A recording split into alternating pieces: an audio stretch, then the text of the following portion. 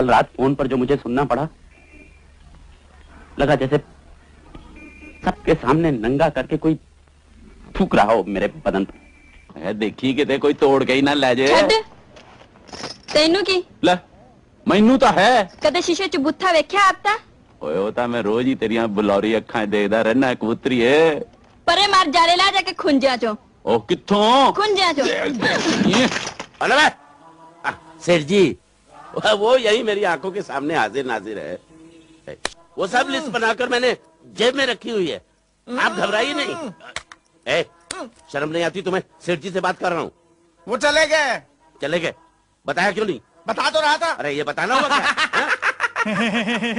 साहब बनाने वाले ने तो एक धरती बनाई थी, पर इंसान के लालच ने इस पर लोहे और बारूद से लकीरें खींच ली। वो तेरा, ये मेरा। मैं तो शुक्र करता हूं कि चांद आसमान पर है। धरती पर होता तो ये उसके भी टुकड़े कर लेते हैं।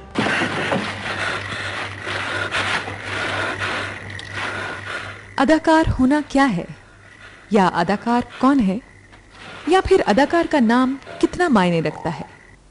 हिंदी सिनेमा के कुछ ऐसे प्रश्न टटोले जाएं तो एक नाम बहुत ही आसानी से तैर जाता है, ओमपुरी। गंभीर चेहरा, खाली सी आंखें, आवाज जैसे कि धरती के गहरे गर्भ से उठती कोई कहानी गूंज रही हो। और हाँ, जहां कलाकार किरदार के चिन्ह समेटता लुप्त हो जाए। The same with all my children. Now all bloody English. He not know who he is. Poland. Not know who I am. I bloody show him. Pakistan. Ambala में जन्मे, पटियाला के पास सनौर में पढ़े और फिर national school of drama Delhi और FTII पुणे से theatre और सिनेमा की शिक्षा से परिपूर्ण होकर ओमपुरी ने 1976 की फिल्म घासीराम कोतवाल से अपना फिल्मों का सफर शुरू किया। सदगति, अर्धसत्या, आक्रोश, मिर्च मसाला, धरावी, माचिस और धूप जैसी हिंदी फिल्में, और लौंग द लिश्कारा और चंद परदेसी जैसी पंजाबी फिल्में जहां इनकी कला का आईना बनी, वहीं my son the fanatic, east is east, the parole officer, city of joy और the ghost and the darkness जैसे यूरोपियन और अमेरिकन सिनेमा ने इनकी अदाकारी को नए मकाम दिए। वक्त के साथ साथ सिनेमा का चेहरा बदला और ऐसा भी हुआ कि ओमपुरी की कलाकारी को चुनौतियां कम मिलने लगी, पर हर किरदार में इनकी सच्चाई जिंदा रही है और यही सच्चाई इनका सबसे बड़ा शूल है।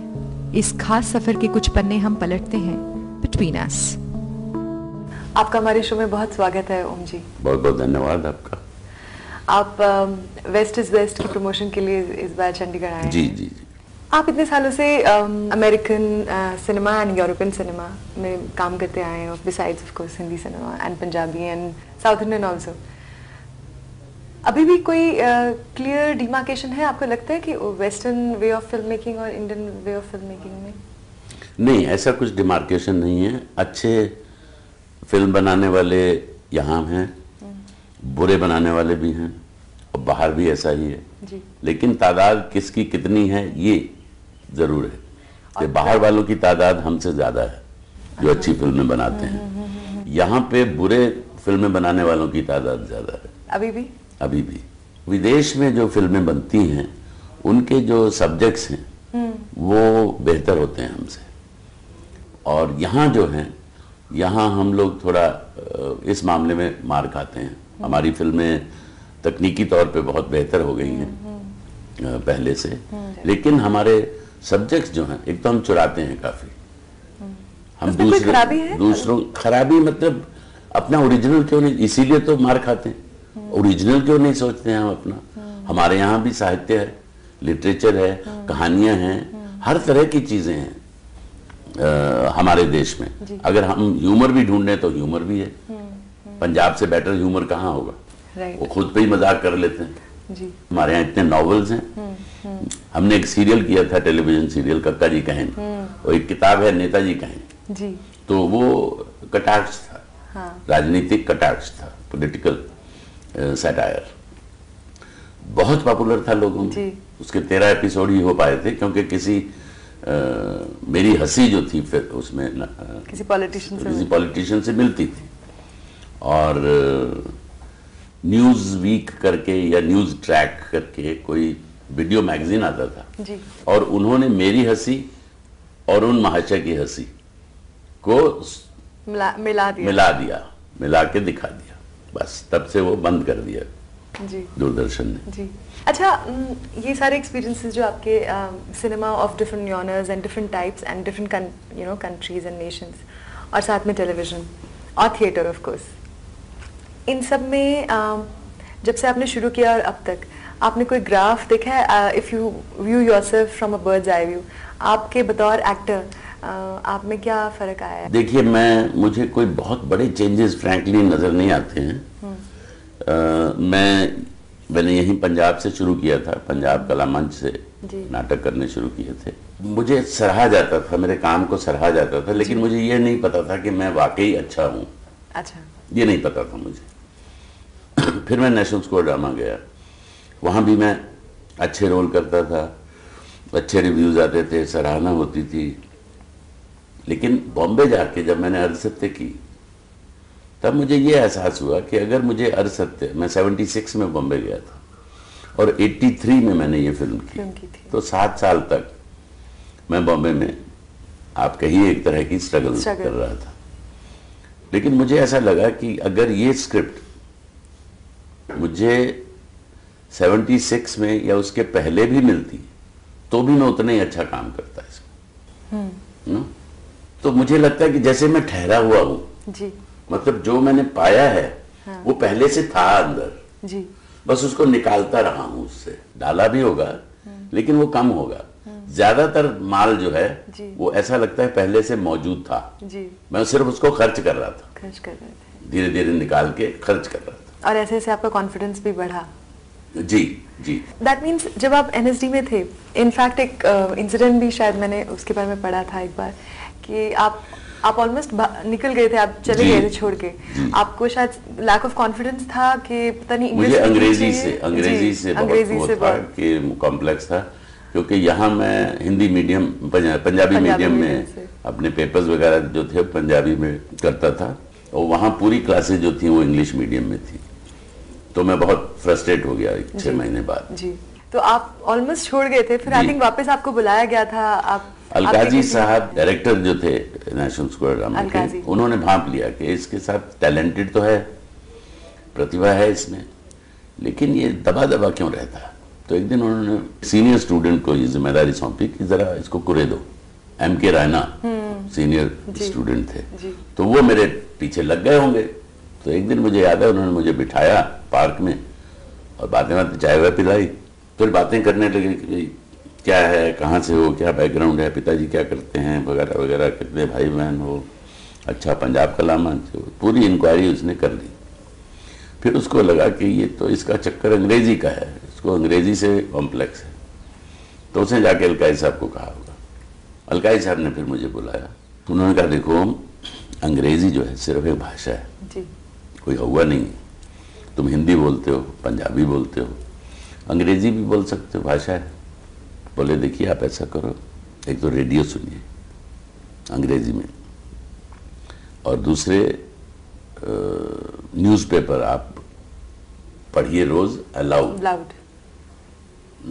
या कोई कहानी आप पढ़ रहे हैं जोर से पढ़िए, नाटक पढ़ रहे हो जोर से पढ़िए, और दूसरे जब लोग बात कर रहे हो अंग्रेजी में उनको सुनिए, बोलिए अंग्रेजी, गलत बोलिए, झिझकिए मत, let the others correct you know, दूसरे आपको करेक्ट करेंगे, आप उसका बुरा मत मानिए, उसको ग्रहण कर लीजिए। तो इस तरह से मैंने उन चीज़ों पे अमल किया, और मेरी अंग्रेजी माशाअल्लाह 20 अंग्रेजी फिल्में कर चुका हूं। Did it also have something to do with Nasiruddin Shah? वहाँ पे ऐसा होता था कि you were pitted against Nasiruddin Shah, who was very well spoken when it comes to English. उस वक्त कुछ ऐसा भी था क्या, कोई राइवलरी थी आप दोनों के बीच? नहीं, rivalry I won't deny it.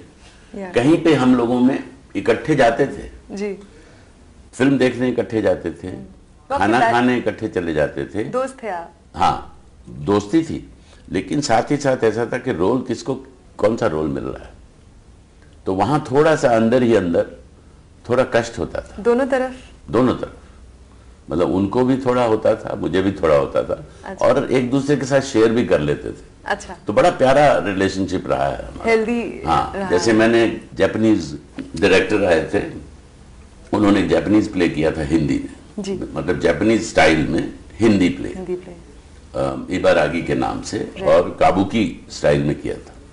मुझे उसमें मेन रोल मिला था। तो नसीर ने जब वो प्ले देखा, फाइनल परफॉर्मेंस, उसको बहुत तकलीफ हुई और आके उसने ऐसे ही मुझे कहा कि यार मुझे बहुत तकलीफ हुई आज। मैंने वो देखा और लोग तालियां मार रहे थे जी।